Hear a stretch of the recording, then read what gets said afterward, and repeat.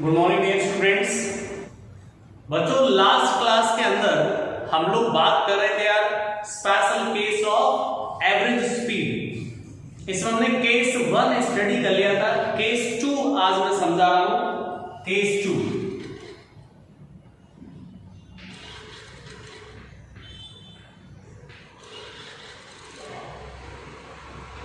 Case 1 जो study किया था बेटा आपको एवरेज स्पीड का केस 1 जो स्टडी किया था उसमें मैंने सिखाया था आपको जब डिस्टेंस को दो इक्वल पार्ट्स में डिवाइड कर रहे हैं तब एवरेज स्पीड क्या होती है, ये मैंने सिखाया था। आज बच्चों मैं नेक्स्ट कंसेप्ट सिखाऊंगा बेटा कि जब टाइम को इक्वल पार्ट्स में डिवाइड करते हैं तब क्या होती है एवरेज स्पीड। तो क्या लिखते हैं हम लोग यहाँ पर, when time equally divided, when time equally divided into parts,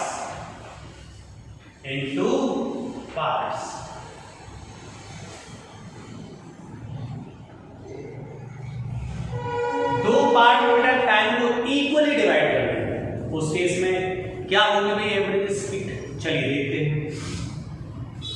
suppose बेटा यहां से यहां तक की जर्नी है, यहां से यहां ए से लेकर बी तक। अज्यूम कर लेते हैं सपोज टाइम टी और इस पर्टिकुलर सेगमेंट में भी टाइम टी, स्पीड यहां v1, यहां पर स्पीड v2। सही है, एक सेगमेंट में स्पीड v1 है और दूसरे सेगमेंट में स्पीड v2 है। एवरेज स्पीड क्या है बच्चा यहां पर, तो v एवरेज, एवरेज स्पीड का मतलब होता है total distance upon total time, total distance upon time. बेटा अब डिस्टेंस कैसे कैलकुलेट करें सर, इस सेगमेंट का डिस्टेंस कैसे कैलकुलेट करें बेटा, speed v1 time t plus ये वाली distance speed v2 time t divided by total time 2t। समझ रहे हो, t प्लस 2t। t ने t को बेटा कैंसिल कर दिया, क्या आ गया v1 plus v2 divided by 2। This is the average speed in this case. बेटा जब टाइम को हमने दो पार्ट में डिवाइड किया है उस केस में बच्चों एवरेज स्पीड इतना आ जाएगा। अगर बेटा टाइम को सिर्फ तीन पार्ट में डिवाइड कर दें तो क्या आएगा, v1t plus v2t plus v3t divided by 3t, down में 3 आ जाएगा सर। 4 पार्ट में डिवाइड करते हैं बच्चा तो डाउन में 4 आ जाएगा। कहने वाला बेटा अगर n पार्ट्स में डिवाइड करते हैं तो क्या आ जाएगा, स्पीड का फॉर्मूला डिवाइड बाय n हो जाएगा। तो हम क्या लिख सकते हैं यहाँ पर, की कंसेप्ट क्या बना सकते हैं, की पॉइंट क्या डिजाइन कर सकते हैं बच्चों। यहाँ पर if distance, if time divided in n equal parts, then बेटा v average, एवरेज स्पीड क्या आ जाएगी बच्चों, v1 plus v2 plus v3 dot dot dot vn divided by n। सही है, ये हो जाएगा बेटा एवरेज स्पीड। ठीक है, किस केस में बेटा, जब टाइम को इक्वली डिवाइड करो कितने पार्ट्स में बच्चों, n पार्ट्स के अंदर। सही है, अब ये बच्चा concept v1 plus v2 generally बच्चे क्या करते हैं, एवरेज निकालने के लिए v1 plus v2 divide by 2 कर देते हैं। लेकिन ये चीज कब वैलिड है, जब टाइम को आपने दो पार्ट में इक्वली डिवाइड किया है। तीन पार्ट में डिवाइड करूंगा तो sir v1 plus v2 plus v3 divide by 3। बेटा 4 पार्ट्स में डिवाइड करेंगे तो v1 plus v2 plus v3 plus v4 divided by 4। n parts में डिवाइड करेंगे तो मैंने आपके सामने फॉर्मूला लिख दिया है। इससे पहले बेटा जो केस मैंने आपको स्टडी कराया था उसमें डिस्टेंस को इक्वल पार्ट्स में डिवाइड किया था। यहां पर बच्चों हम लोग टाइम को इक्वल पार्ट्स में डिवाइड कर रहे हैं। ठीक है, एक एग्जांपल ले लेते हैं बच्चों। एक ऐसा एग्जांपल है भाई, ए से बी तक की जर्नी के अंदर समझ लो, पहले हाफ टाइम में किसी की स्पीड है v1 that is 40 kilometre per hour और नेक्स्ट हाफ टाइम में स्पीड दी है उसने 30 किलोमीटर पर सही है, हमें ये नहीं दिया गया कि कितने टाइम तक जर्नी हुई, इसने बोला फर्स्ट हाफ टाइम में इतनी स्पीड, सेकंड हाफ टाइम में इतनी speed, then what is the average speed during A to B. बच्चों फर्स्ट हाफ टाइम में इतना स्पीड, सेकंड हाफ टाइम में इतना स्पीड, तो एवरेज स्पीड क्या लिख दोगे सर, टाइम को इक्वली डिवाइड कर रहा है, हाफ टाइम को इक्वली डिवाइड किया गया तो डायरेक्टली लिख दो बेटा v1 plus v2 divided by 2। कितना आएगा यहां से 40 प्लस 30 डिवाइडेड बाय 2 मतलब 35 किलोमीटर पर आवर। ये आ गई बेटा average speed in this case. Clear है यहां तक, कोई कंफ्यूजन नहीं होना चाहिए। चलिए दो एक छोटे छोटे क्वेश्चन भी ले लेते हैं। तो बेटा इस स्पीड में, एवरेज स्पीड में जो मैंने आपको दो केस बताए हैं, दो केस समझाए बेटा कि जब डिस्टेंस को इक्वल पार्ट्स में डिवाइड करते हैं तब क्या कांसेप्ट बनता है, टाइम को इक्वल पार्ट्स में डिवाइड करते हैं तब क्या कांसेप्ट बनता है। ये दोनों ही कांसेप्ट अपने आप में इंपॉर्टेंट है, ठीक है। चलिए अब हम एक क्वेश्चन लेते हैं बच्चों। एक पार्टिकल है जो सर्कुलर पाथ पर ट्रेवल कर रहा है, इसकी रेडियस सपोज r, इसकी वैल्यू दी गई आपको 10/π मीटर। अब ये जर्नी इसकी यहां से स्टार्ट होती है बेटा, यहां से स्टार्ट करता है अपनी मोशन, इनिशियल पॉइंट ये है, इनिशियल लोकेशन, सही है। अब बच्चों इसका टाइम पीरियड दे रखा है हमें 10 सेकंड। कितना टाइम पीरियड दे रखा है 10 सेकंड। 10 सेकंड टाइम पीरियड का मतलब बच्चा एक सर्कल को घूमने में जो टाइम लिया जाएगा that is time period of motion, वो दिया गया आपको 10 सेकंड। तो आपसे बोला है भाई find average speed, find average speed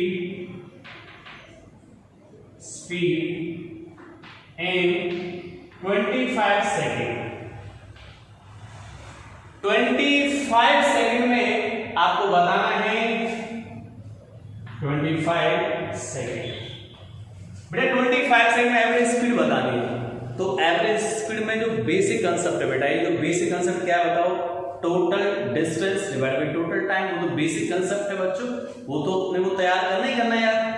तो एक टाइम पीरियड 10 सेकंड में देखो, 10 सेकंड में बच्चा यहां से यहां आ गए, 10 सेकंड के अंदर 10 सेकंड स्पेंड कर चुका, नेक्स्ट 10 सेकंड फिर वापस यहीं आ गए, कितना टाइम बचा 5 सेकंड। 5 सेकंड कहां पहुंच जाएगा बेटा यहां पर, तो ये यहां इस समय यहां पर, तो इसने कितना डिस्टेंस ट्रेवल किया आपने 25 सेकंड के ड्यूरेशन में बेटा।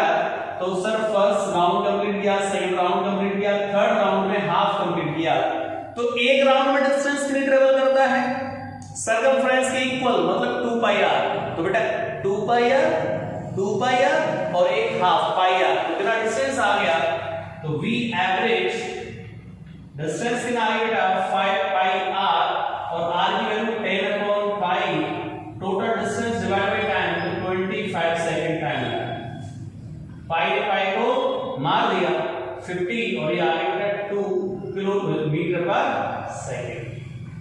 सर मीटर पर सेकंड यूनिट क्यों आ गई इसकी, क्योंकि बेटा ये रेडियस मीटर में है और टाइम सेकंड में था, तो मीटर पर सेकंड ये आ चुकी है बेटा average speed in this case, ठीक है।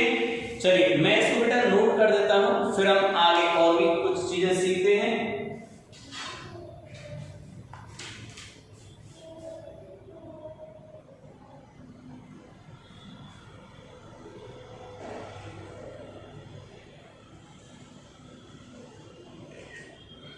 चलिए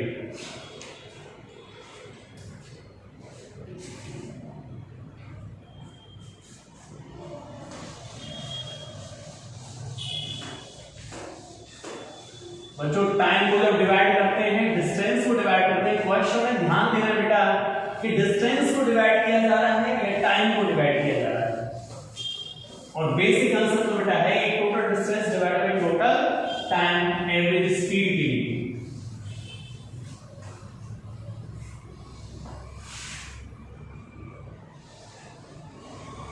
अब बेटा हम बात करते हैं जो है इंस्टेंटेनियस स्पीड। क्या होती है sir instantaneous speed?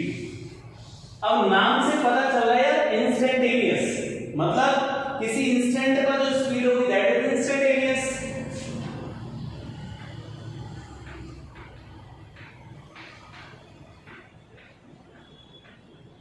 Instantaneous speed. तो बच्चों क्या बोल सकते हो इसमें, speed at any time t। तो क्या बोल सकते हैं यार, speed at any time instant.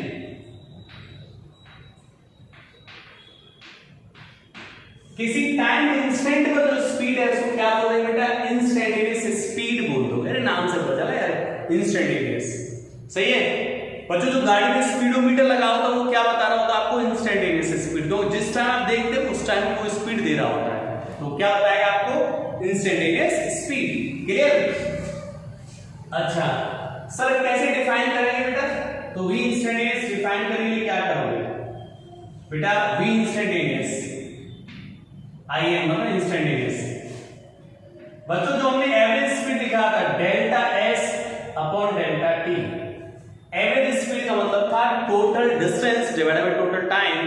तो सपोज हमने डेल्टा टी एक टाइम इंटरवल ले लिया, क्योंकि बेटा जो एवरेज स्पीड निकाली जाती है वो एक टाइम इंटरवल में निकाली जाती है। तो हमने कंसीडर कर लिया बेटा कि डेल्टा टी टाइम इंटरवल के अंदर जो डिस्टेंस कवर्ड है दैट इज डेल्टा एस। तो एवरेज स्पीड क्या आएगी, delta S upon delta T. But अब हम लोग इंस्टेंटेनियस स्पीड निकालना चाहते हैं, तो बेटा इसमें क्या करना पड़ता है हमें, यहाँ एक लिमिट लिख देते हैं, limit delta T tending to zero. Delta T tending to zero का मतलब बेटा कि जब टाइम इंटरवल को स्मॉल कर दिया जाए। देखो अभी जैसे दो टाइम मूवमेंट है, एक टाइम मूवमेंट एक टाइम मूवमेंट, इनके बीच का interval delta T, time movement को कम करो, इतना कम कर दो, इतना कम कर दो, दोनों टाइम्स मूवमेंट के बीच में गैप जीरो, तो एक ही मूवमेंट बन जाएगा ना यार। अरे यार एवरेज में क्या होगा बेटा, अलग अलग टाइम मूवमेंट थे, अब दोनों टाइम मूवमेंट के बीच का जो इंटरवल है वो कम कर दो, जीरो गैप कर दो, तो एक ही मूवमेंट बन जाएगा, और एक ही मूवमेंट में जो स्पीड है दैट इज इंस्टेंटेनियस। ओके तो हम लोग क्या लिख रहे हैं, limit delta T tending to zero. तो बच्चों ये कंप्लीट टर्म कन्वर्ट हो जाता है ds अपॉन dt में। बेटा delta S upon delta T किसमें कन्वर्ट हो गया, ds अपॉन dt में। कब, जब टाइम इंटरवल स्मॉल कर दिया, मतलब बेटा दोनों टाइम मूवमेंट्स के बीच का गैप आपने जीरो कर दिया, तो एक ही मूवमेंट पे स्पीड आ जाएगी, उसको क्या बोलोगे आप लोग, एवरेज इंस्टेंटेनियस स्पीड। सही है, तो ये delta S upon delta T इसमें कन्वर्ट हो जाता है बेटा ds अपॉन dt में, where s represent what, distance. क्या ये, डिस्टेंस। ओके तो बेटा ये तो सर मैं उससे डिफरेंशिएशन लिखा हुआ है, तो क्या लिखा हुआ बेटा, differentiation of distance with respect to time. Time के रिस्पेक्ट टू डिस्टेंस को डिफरेंशिएट कर दो तो कौन सी स्पीड मिलेगी यार, इंस्टेंटेनियस। स्लोप के टर्म में लिख सकते हैं, तो बेटा इसका नाम हम लोग क्या लिख सकते हैं, देखो इसका नाम क्या क्या लिखा जा सकता है, differentiation of distance S with respect to time. Okay और क्या बोल सकते बेटा, स्लोप भी बोल सकते हैं इसको, स्लोप ऑफ कौन सा ग्राफ, या ऐसा बोलो slope of tangent, slope of tangent of distance time graph, distance time graph. बेटा ये टेंजेंट का स्लोप होता है, distance of slope of tangent. बच्चों ना ds अपॉन dt आ जाता है, ds upon dt represent what, ये रिप्रेजेंट करता है बच्चा स्लोप को, और किसके स्लोप को, टेंजेंट के स्लोप को। अगर यही होता delta S upon delta T, वो क्या रिप्रेजेंट करता है, कॉर्ड के स्लोप को। ठीक है, तो मैं यहां पर थोड़ा डायग्राम से रिप्रेजेंट कर देता हूं बेटा। मान लो कोई कर्व है, इसका टेंजेंट जैसे इस पॉइंट पर टेंजेंट ड्रॉ किया, इस पॉइंट पर टेंजेंट, तो इस टेंजेंट का स्लोप आएगा, एंगल सपोज थीटा, तो स्लोप क्या आएगा इस टेंजेंट का, स्लोप कैसे डिफाइन किया था बेटा मैंने, तो बेसिक में tan थीटा, और स्लोप को आप क्या बोल रहे हो यहां पे, ds अपॉन dt। अगर यहां पर delta S upon delta T आता, sir delta S upon delta T क्या रिप्रेजेंट करता है, ये रिप्रेजेंट करता है बेटा slope of chord, slope of chord. लेकिन कोड किस ग्राफ की सर? तो बेटा ग्राफ यहां से पता करते हैं, distance time graph, distance time graph. Okay बच्चों, यहां पर बेटा कोड की स्लोप है, ये टेंजेंट की स्लोप है। ds अपॉन dt के केस में क्या करोगे? Slope of tangent of distance time graph. Delta s upon delta t के केस में क्या करोगे? Slope of chord of distance time graph. ध्यान से समझ लो। तो बेटा सर कोड कैसे बनाई जाती है? कोड बनाने का तरीका बेटा पता होगा सभी बच्चों को। कोड का मतलब होता है एक ग्राफ को जो दो पॉइंट पर इंटरसेक्ट करती है लाइन, उसको बोलते हैं कोड। इसका स्लोप थीटा, स्लोप कैसे फाइंड करते हैं बेटा? tan थीटा से कितना आएगा? Delta s upon delta t। तो बच्चों एवरेज स्पीड के केस में क्या करना पड़ेगा बेटा? हमें डिस्टेंस टाइम ग्राफ की कोड का स्लोप निकालना पड़ेगा। और सर इंस्टेंटेनियस स्पीड के केस में डिस्टेंस टाइम ग्राफ की टेंजेंट का स्लोप निकालना पड़ेगा। समझ लो। अब मैं आपको एक बेसिक बात बता दूं बेटा कि जब आप इंस्टेंटेनियस वैल्यू निकालोगे किसी भी क्वांटिटी की, जब बेटा आप लोग इंस्टेंटेनियस वैल्यू निकालो किसी भी क्वांटिटी की, उस केस में आपको टेंजेंट का स्लोप निकालना पड़ेगा। जब आप लोग एवरेज वैल्यू निकालो किसी क्वांटिटी की, उस टाइम आपको कॉर्ड का स्लोप निकालना पड़ेगा। लेकिन सर किस ग्राफ की कॉर्ड होगी? वो ग्राफ आपको यहां से पता चलेगा सर, जो क्वांटिटी यहां होगी। जैसे डिस्टेंस टाइम है तो डिस्टेंस टाइम ग्राफ बोल दिया, डिस्प्लेसमेंट टाइम हो तो डिस्प्लेसमेंट टाइम ग्राफ हो जाता है। समझ लो। तो जो भी यहां क्वांटिटी होगी उससे पता चलेगा हमें ग्राफ कौन सा है। ठीक है बच्चों, वापस रिपीट कर रहा हूं बेटा मैं आपको। इंस्टेंटेनियस स्पीड क्या आ जाएगी बच्चा? Speed at any time instant, किसी टाइम इंस्टेंट में जो स्पीड है that is instantaneous speed. Limit delta s upon delta t, delta t tending to 0 किसमें कन्वर्ट हो गया? ds अपॉन dt के अंदर। सही है। Differentiation of distance with respect to time, और वी कैन से बेटा slope of tangent of distance time graph. Distance time graph बेटा d लग जाए तो टेंजेंट का स्लोप है, डेल्टा लग जाए तो कॉर्ड का स्लोप है। समझ लो। वापस रिपीट कर रहा हूं बेटा मैं। जब इंस्टेंटेनियस स्पीड निकालो बेटा तो ds अपॉन dt, और d मतलब टेंजेंट का स्लोप, तो क्या आ जाएगा? Slope of tangent of distance time graph. Delta लग गया तो कॉर्ड का स्लोप आ गया, तो slope of the chord of distance time graph. ठीक है, ये हो जाएगा। ओके बच्चों, चलिए अब मैं क्वेश्चन लेता हूं सर यहां पर इंस्टेंटेनियस स्पीड पे बेस्ड क्वेश्चन। तो बच्चा डिफरेंशिएशन करना है। डिफरेंशिएशन मैंने आपको सिखा चुका हूं बेसिक के अंदर डिफरेंशिएशन कैसे करते हैं। तो चलिए क्वेश्चन देख लेते हैं बेटा। मैं क्वेश्चन सिखा रहा हूं बेटा आप लोगों को। If distance s is equal to 3d square plus 2t plus 1, 3d square plus 2t plus 1 के अकॉर्डिंग चेंज हो रही है। Depends on time,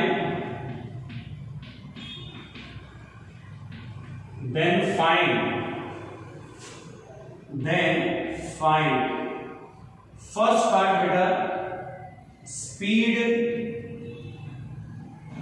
at time t is equal to 1 second, 2 second. Okay, second part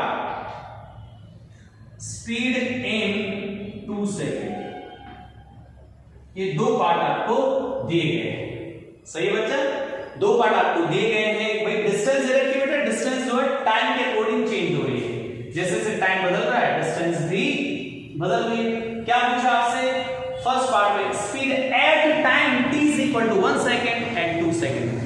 अब बेटा देखो दो important बातें आएगी आपको क्वेश्चन करते टाइम, जो बेसिक प्रॉब्लम का सामना करना पड़ेगा कि सर हमें कैसे पता चलेगा कि हमें एवरेज स्पीड निकालना है या इंस्टेंटेनियस स्पीड निकालना है।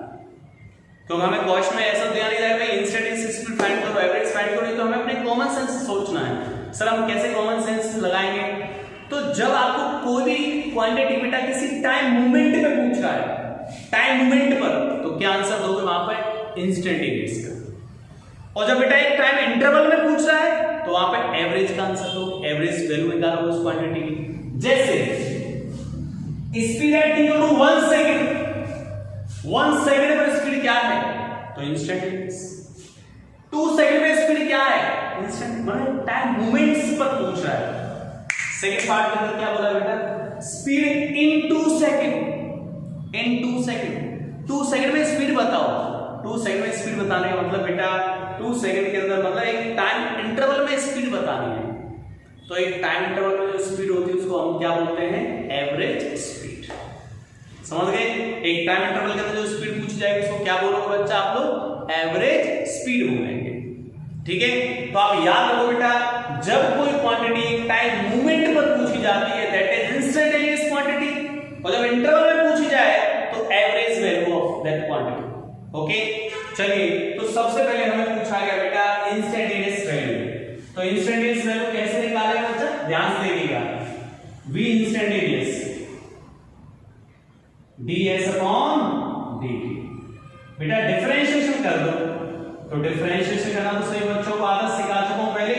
कितना आएगा बेटा? t को उधर ले जाएंगे तो 6t प्लस कितना 2, ये आ गया बेटा sorry instantaneous speed. Speed at time t, जिस टाइम पर स्पीड चाहिए वो टाइम को कट कर दो। मान लो बेटा मुझे स्पीड चाहिए कितने टाइम पर? 1 सेकंड पर, तो v t = 1 सेकंड यहां लिख देंगे। तो बेटा जहां t दिख रहा है वहां 1 को रख कर दो, 1 + 2, 6 × 1 कितना आ गया बेटा? 6, और प्लस 2 कितना आ गया? 8 मीटर पर second. Okay, v t = 2 second, 2 second को रख कर दो बच्चा, यहां 2 को रख कर दो, 6 × 2 + 2 कितना आ गया? 12 + 2 14 मीटर पर सेकंड। ये हो गया बेटा 8 मीटर पर सेकंड आ गई स्पीड। कहां पर? 1 सेकंड पर, और 2 सेकंड के लिए आ गई 14 मीटर पर सेकंड। अब हमें सेकंड पार्ट में क्या पूछा गया सर? सेकंड पार्ट में पूछा गया बेटा हमें, अब हमें कॉमन सेंस से सोचना है। स्पीड इन 2 सेकंड, तो 2 सेकंड में स्पीड निकालो। कौन सी स्पीड निकाले बेटा? वहां पर एवरेज वैल्यू। तो क्या करोगे सर? एवरेज वैल्यू कैसे निकाली जाती है? Delta s upon delta t। v average delta s upon delta t। तो इसके लिए हम लोग क्या लिखेंगे बेटा? एट t = 0 डिस्टेंस की वैल्यू क्या है बेटा? टाइम जो हमें डेल्टा s लिखना है, डेल्टा s। बेटा देखो सुनो, इसने बोला कि स्पीड बताओ 2 सेकंड में, तो बेटा 2 सेकंड में स्पीड बताओ, इसका मतलब है 0 से 2 सेकंड का जो इंटरवल है उसमें क्या स्पीड रहेगी? तो पहला मूवमेंट हुआ 0, सेकंड मूवमेंट हुआ 2 सेकंड। समझ गए? तो हम क्या करेंगे? 2 सेकंड में डिस्टेंस देखेंगे, और सॉरी 0 सेकंड में डिस्टेंस देखेंगे, 2 सेकंड में डिस्टेंस देखेंगे बच्चा। तो 0 सेकंड में डिस्टेंस क्या आ रहा है बेटा? देखो 0 सेकंड पे 0 0 कितना आ गया डिस्टेंस? 1। ओके, अब 2 सेकंड पर t = 2 डिस्टेंस क्या आएगा बताओ? तो जहां t दिख रहा है 2 पुट अप कर दो, तो बेटा 2 पुट अप करेंगे 2 का स्क्वायर 4, 4 × 3 कितना आएगा? 12। 2 × 2 4 हो जाएगा, तो 4 + 12 16 + 1 17, तो ये आ गया 17 17। अब बेटा delta s upon delta t, तो इस डिस्टेंस में से डिस्टेंस हटा दो, 17 - 1 और एक 2 में से इंटरवल 2 - 0 कितना आया बेटा आंसर?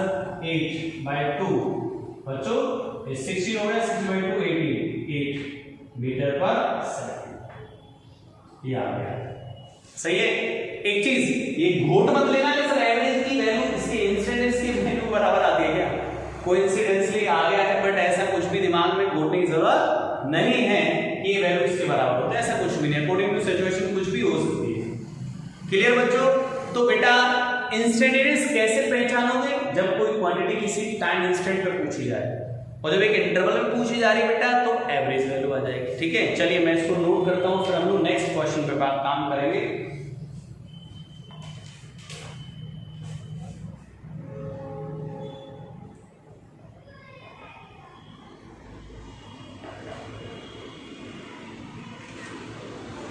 चलिए अब आते बेटा हम लोग नेक्स्ट क्वेश्चन पर।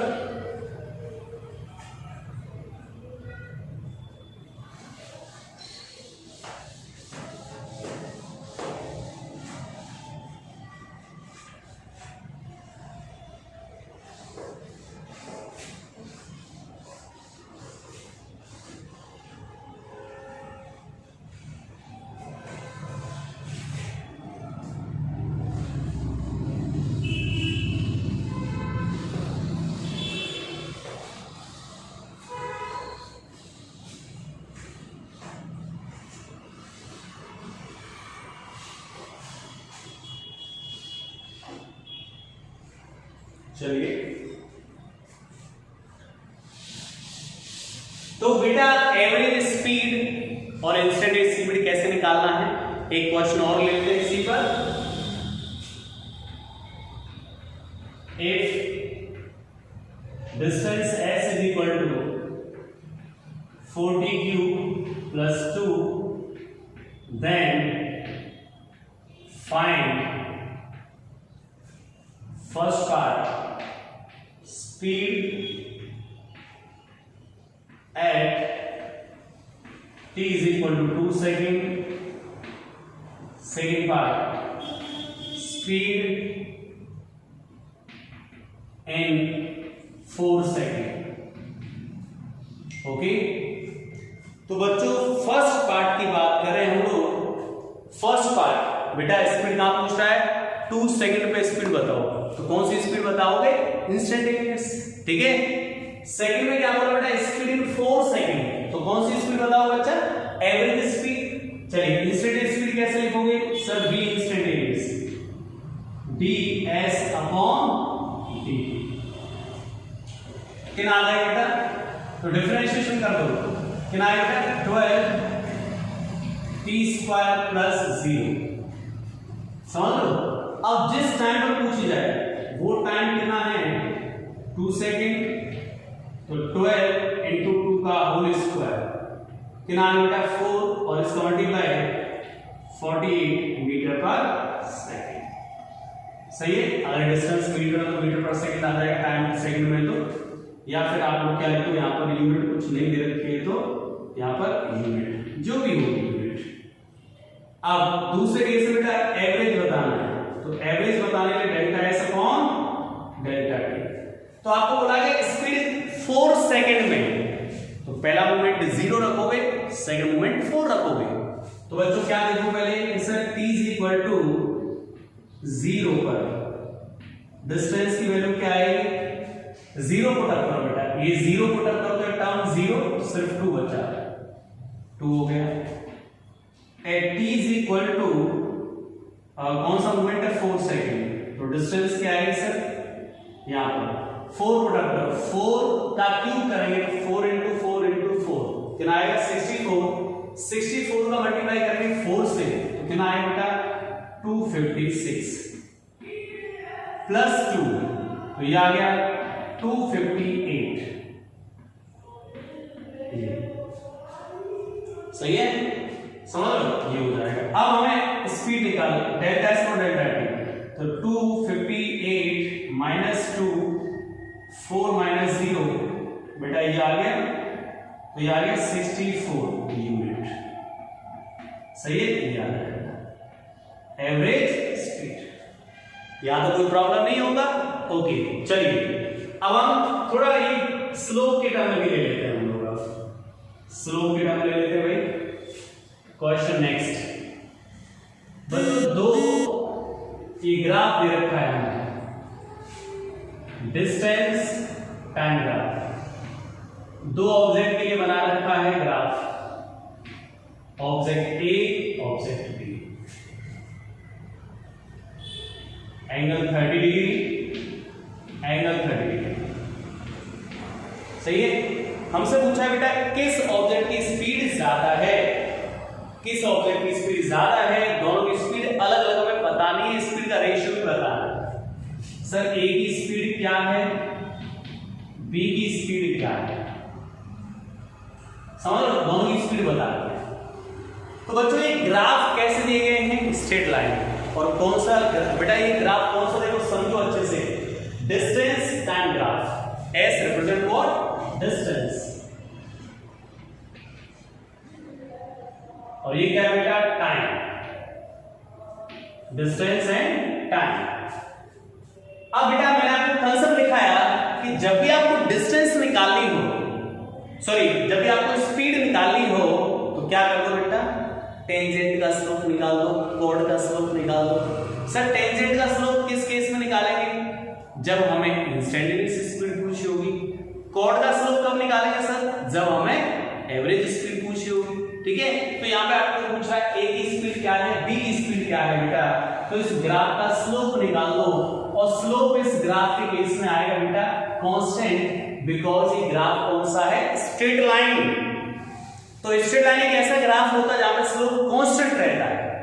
तो बच्चों ए का जब स्लोप निकालेंगे V is equal to tan theta of A ने कितना एंगल बना रखा है बेटा, स्लोप के केस में हमेशा एंगल हॉरिजॉन्टल से मेजर किया जाता है, तो ये 30 डिग्री कितना आएगा, 60 डिग्री, तो tan 60 वैल्यू कितना आएगी, √3 यूनिट। बी की स्पीड कैसे निकालूंगा sir, tan 30 degree 1/√3 unit. Okay, दोनों की मैंने अलग अलग स्पीड काउंट कर दी है। ठीक है, बहुत ही सिंपल है। चलिए अगला क्वेश्चन देखता हूं मैं इसी बेटा, मान लेते हैं डिस्टेंस टाइम ग्राफ, एक ऐसे है ऑब्जेक्ट और एक ग्राफ ऐसे है, एक ग्राफ ऐसे, तीन ऑब्जेक्ट का ग्राफ है, object A, object B, object C. ये एंगल दे रखा है बेटा 30 डिग्री और एंगल दे रखा है 60 डिग्री। हमें इनके स्पीड्स बताने हैं और ये बताना है कि इस टाइम पर क्या इन तीनों की स्पीड सेम है। ये कोई टाइम मान लेते हैं सपोज t0, समझ लो, क्या तीनों टाइम पर तीनों की स्पीड सेम है। तो बेटा हमारा जो क्वेश्चन है वो ये है कि हमें इन तीनों की स्पीड बतानी है कि इनकी स्पीड क्या आएगी अलग अलग। तो सबसे पहले चलिए स्टार्ट करते हैं, ए की स्पीड क्या है। तो सर ए की जब स्पीड निकालो बेटा, तो ए स्लोप निकालोगे, कितना स्लोप है, 0 है। क्यों भाई बच्चों, जो ए का जो ग्राफ है वो टाइम के पैरेलल है, तो उसके अंदर स्लोप 0 है, तो स्पीड 0 होगी। चलिए बी, सी वाला ग्राफ है तो बी के केस में क्या आएगा, speed of object B tan 30 की वैल्यू 1/√3, ये हो गया। सी की स्पीड क्या आएगी सर, सी ने एंगल बना रखा है 60 डिग्री, तो बेटा सी की स्पीड क्या आ जाएगी, tan 60 डिग्री, tan 60 √3 यूनिट आ जाएगा बेटा। ये वेलोसिटी ऑफ सी का स्पीड हो गया। तीनों की स्पीड हमने निकाल दी और तीनों की स्पीड तो बेटा अलग अलग आई है, तो ऐसा कोई टाइम ही नहीं है जहां पर ये तीनों की स्पीड सेम हो। इस टाइम पर बेटा तीनों की डिस्टेंस सेम है, इस टाइम पर तीनों की डिस्टेंस कैसी है, सेम, बट तीनों की स्पीड कैसी है बच्चों, अलग अलग है। यानी कि ऐसा कोई भी मूवमेंट नहीं है बेटा, देखो स्पीड इसकी 0 है, इसकी 1/√3 है, ये √3 है, तो कोई भी ऐसा स्पीड नहीं है जो आपस में इक्वल हो, यानी कोई भी ऐसा टाइम नहीं होगा जहां पर ये स्पीड सेम होंगे, स्पीड अलग अलग होंगे। तीनों टाइम में क्या आएगा बेटा, डिस्टेंस सेम होगा, तो हम लोग क्या लिख सकते हैं बेटा, at time t is equal to t0, distance will be same for all objects, ठीक है। ये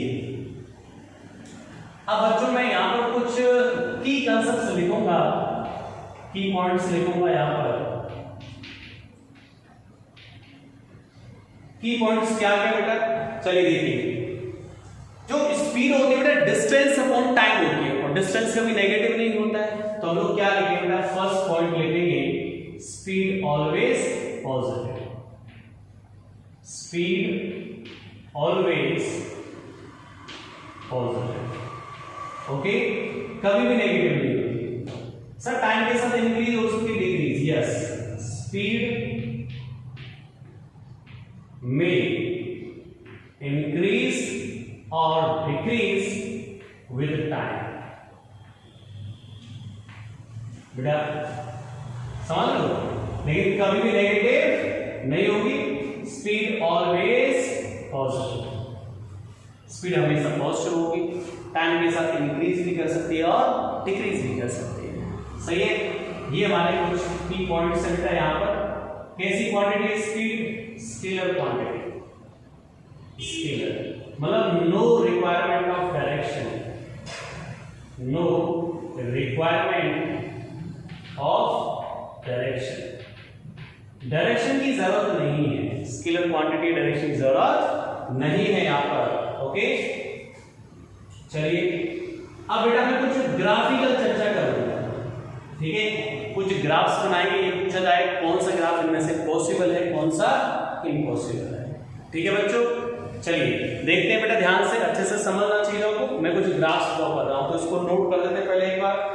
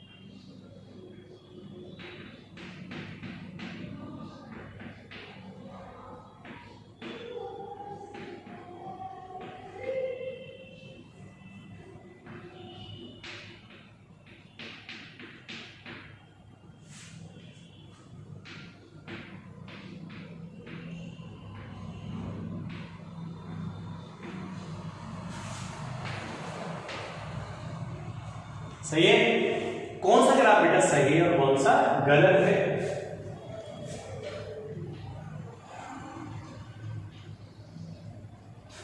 स्पीड ऐसे है, ये टाइम,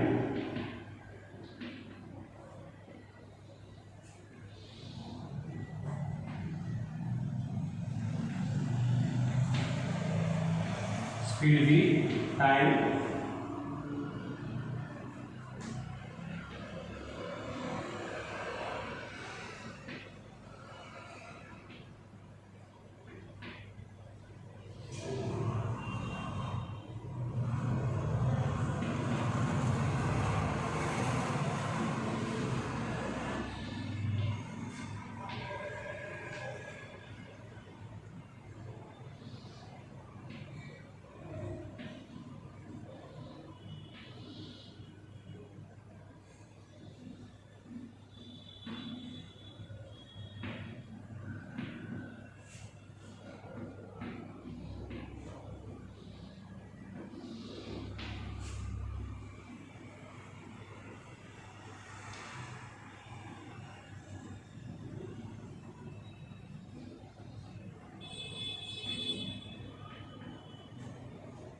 ये है।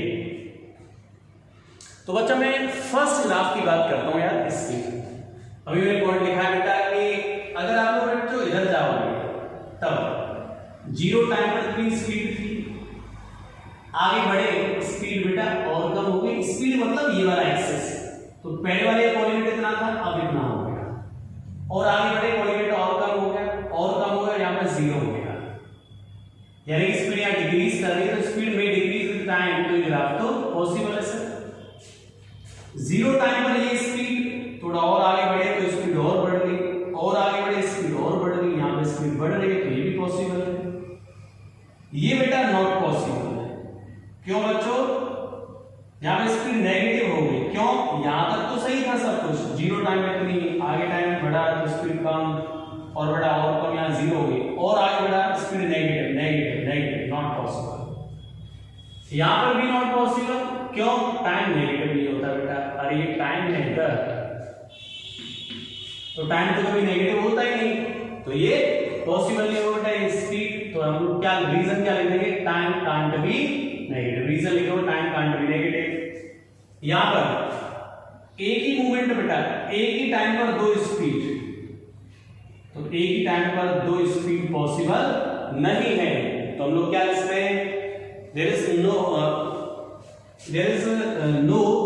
To value exist at a single time, एक सिंगल टाइम पर स्पीड की दो वैल्यू एग्जिस्ट नहीं कर सकती, तो ये नॉट पॉसिबल आ जाएगा बेटा, नॉट पॉसिबल। एक ही टाइम पर स्पीड की दो वैल्यू पॉसिबल नहीं है, ये भी नॉट पॉसिबल, क्योंकि एक ही टाइम पर स्पीड के दो वैल्यू पॉसिबल नहीं है, सही है। तो ये ग्राफ पॉसिबल इम्पॉसिबल मैंने आपको बता दिया, ठीक है भाई। इसके बाद आता है बेटा यूनिफॉर्म स्पीड, एक होता है यूनिफॉर्म और दूसरी क्या होगा बेटा? Non uniform. यूनिफॉर्म स्पीड तो जो थ्योरेटिकल में बोल सकते हैं यूनिफॉर्म स्पीड का क्या मतलब बच्चों? तो जब सेम टाइम टेबल में सेम डिस्टेंस कवर्ड हो रही है, इसका मतलब ये यूनिफॉर्म स्पीड से ट्रेवल कर रहा है ऑब्जेक्ट, तो क्या बोल सकते हैं? ए distance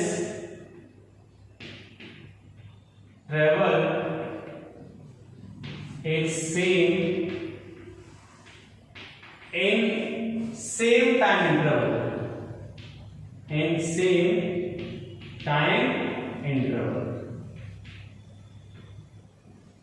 then its speed is uniform। सही बेटा, सेम टाइम में सेम डिस्टेंस कवर्ड हो रही है तो स्पीड कैसा होगा? यूनिफॉर्म, सही है। ओके डियर स्टूडेंट्स, अब नॉन यूनिफॉर्म स्पीड,